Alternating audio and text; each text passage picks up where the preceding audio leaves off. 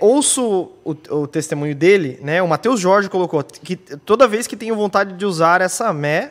Daí falou o palavrãozinho aqui. Fanta uva. Chamada droga. É muito difícil largar, mas tento ao máximo me inspirar na força dele e ainda vou conseguir. Preciso salvar meu casamento. Talvez uma situação que você talvez se encontrava na época também, né, cara? Encontrava, cara. Eu vou te falar.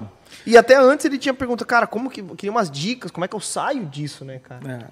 A droga em si, cara, ela está no ambiente, né? É como o pecado ele está no ambiente, né? A tentação de Jesus, se você perceber, eu vi um cara pregando isso lá em Salvador, eu amei, que ele disse. Antes de vir a tentação, tem um cenário. Tem um deserto e o cara está com fome. Então vem uma tentação no cenário. Daqui a pouco muda o cenário, ele está no alto de um templo, vem outra tentação. Daqui a pouco ele está no alto de um monte, é outro cenário, outro nível de tentação. Então, assim, as drogas, elas também, como o adultério ou as drogas, eles precisam de um cenário para acontecer. Ele não acontece, ninguém usa droga na mesa com a família sentada. Né? Então, assim, você tem que estar num cenário completamente propício para isso. Tirando a Coca-Cola que acontece na mesa com a família, mas exatamente. Eu entendi o teu ponto, vai lá. Às vezes alguns jogos também, enfim.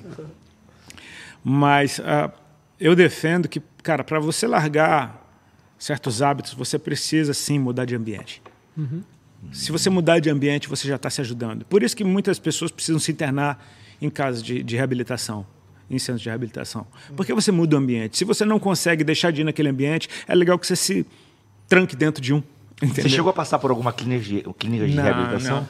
Eu era muito maconheiro, né, cara? Eu fumava muito bagulho. Assim, eu nunca fui de droga muito pesada, não. Realmente, nunca fui. Mas era um estilo de vida. Mas é um estilo de vida, exatamente. Né? É um estilo de vida. Que, cara, ele tem vários componentes. O meu cabelo, cara... Os meus dreads, eu deixei dreads por causa do bagulho que eu fumava, porque eu gostava do Bob Marley. No momento que eu paro de fumar bagulho, então isso já zoa o meu cabelo, já zoa a música que eu ouço, já zoa o lugar que eu vou, já zoa a roupa que eu uso, já zoa a música que eu canto. Tipo assim, você percebe que uma coisa, elas precisam de um certo contexto para acontecer. Não é regra, mas é uma simples observação do que eu experimentei. Né? Então, de repente, assim... Por que talvez eu tenha encontrado força para deixar? Porque o meu ambiente mudou, cara. Eu estava querendo salvar algo que acontecia dentro da minha casa. Né? Eu queria ver aquilo dar certo. E, de repente, aquelas irmãs começam a ir dentro da minha casa. No momento que começa a ter um culto a Deus dentro da minha casa, olha aí, o ambiente dentro da minha casa mudou. Caraca. Né? O lindo é isso. No ambiente em que eu me drogava, no ambiente em que eu me prostituía, começou a ter culto. E, cara, a presença encheu aquele lugar e foi naquele lugar que eu entreguei minha vida para Jesus. Então, você não olha mais para o mesmo ambiente da mesma forma. Ou seja, se as coisas antigas voltarem a acontecer nesse lugar, elas agora são ilegais. Porque agora aquele é um ambiente de culto. Então, agora é um lugar que Deus, digamos, santificou com a sua presença, né? Onde Deus se manifesta. Então, isso já vai te impulsionando, cara... Tem uma música que eu cantei, Um Presente para o Futuro, que a primeira frase dela é "o bem que tentei ficar igual".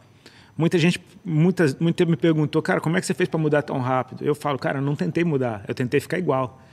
Só que o ambiente no qual eu entrei agora, no espírito, ele era tão mais forte do ambiente que me prendia, que as coisas que eu vinha fazendo a vida inteira, elas não conseguiram entrar junto nesse lugar. Então, por mais que eu tentasse, aquilo já não fluía, já não era natural, eu já não fumava um bagulho, achando massa, tipo, cara, por quê? Então você começa a se perguntar, por que eu estou fazendo isso? Daqui a pouco, eu me lembro do dia que eu parei de fumar. Eu estava lendo a Bíblia e fumando ao mesmo tempo. Eu falei, aí, cara... não estava fumando a Bíblia, né? Não, estava, mas eu já fumei muito na Bíblia. É que a sede é boa. Eu fumei demais. Nossa, eu encontrei uma Bíbliazinha que tinha na casa dos meus pais, eu nem sei quem deixou, porque ninguém lê a Bíblia em casa, mas eu fumei o Apocalipse quase todo.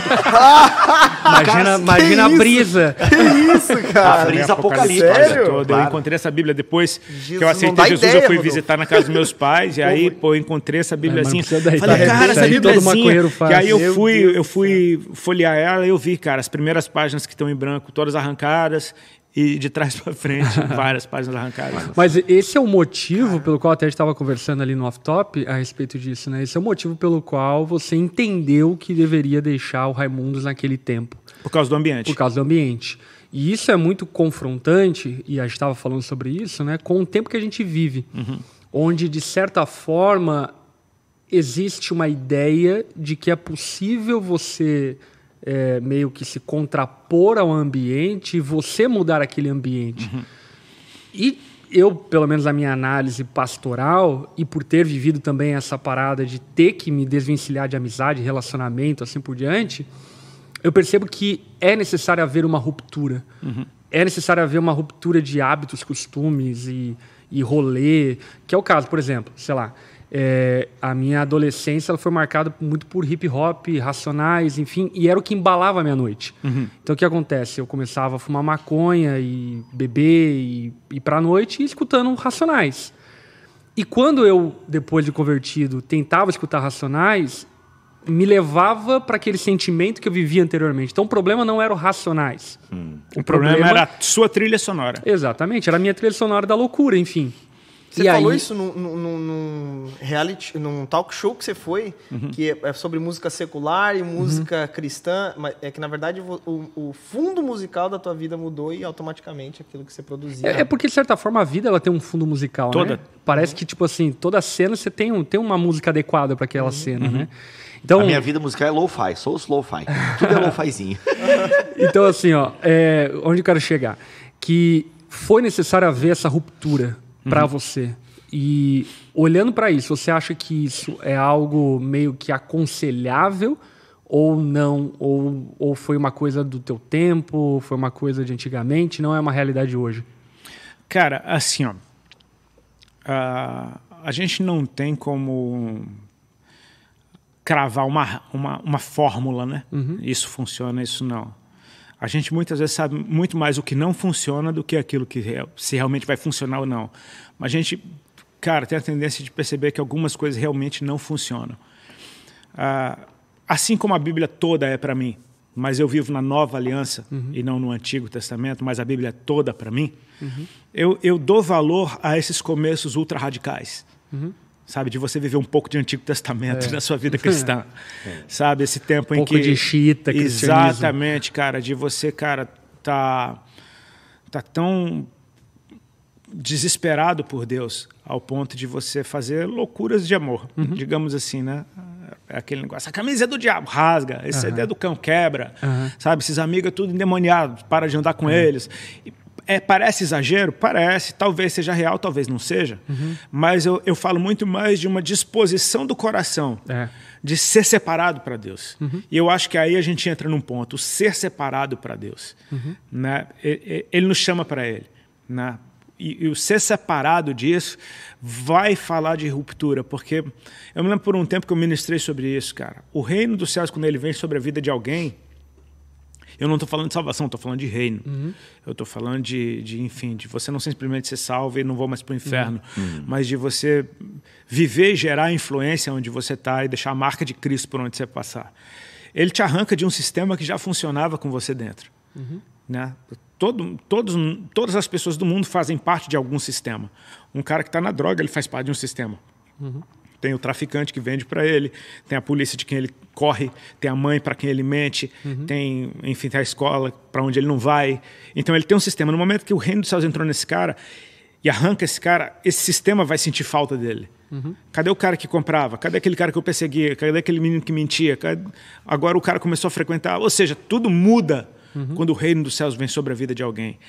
E entender que isso é talvez um dos grandes benefícios que Deus nos dá. Né? Quando no Salmo 40 ele fala, ele me tirou de um charco de lodo, de um poço de perdição, ele colocou os meus pés sobre uma rocha. Fala de uma mudança de ambiente radical. O Salmo 23, quando fala, o Senhor meu pastor, nada me faltará, deitar-me faz em vez de espaço. Cara, aqui já está começando em algo que você nem sabe o que aconteceu antes. Mas você percebe que, cara, eu não nasci nesse ambiente de pastos verdejantes e águas tranquilas.